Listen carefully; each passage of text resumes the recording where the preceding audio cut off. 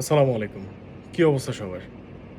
বিজনেসে add run করছেন, অ্যাডে টাকা খরচ করছেন, ফেসবুকে অ্যাড চালাচ্ছেন, কিন্তু তারপরেও অর্ডার ঢুকছে না। আবার অ্যাড অফ করে দিলে অর্ডারও কমে যাচ্ছে। কেন সেটা হচ্ছে? আসুন আজকে একটু দেখি। আমি বেশ কিছুদিন যাবৎ মার্কেট অ্যানালাইসিস করলাম এবং মার্কেট অ্যানালাইসিস করে আমি যেটা দেখতে পেলাম, বিগিনার হিসেবে অ্যাডের পিছনে টাকা খরচ করা কি উচিত নয়। সেই সাথে অর্গানিক কনটেন্টের ভ্যালু আসলে কতটুকু? কাস্টমার আসলে কি দেখতে চায়? এই বিষয়গুলা নিয়ে আমি একটু পড়াশোনা করলাম এবং যেটা আমি দেখতে পেলাম বিষয়টা আসলে খুব ভয়াবহ। এবার আমি বলছি বিষয়টা আসলে কেন ভয়াবহ।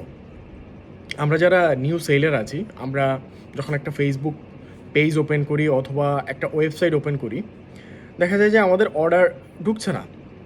আমরা কনটেন্ট দিচ্ছি, রেগুলার পোস্ট করছি, কিন্তু তারপরে আমাদের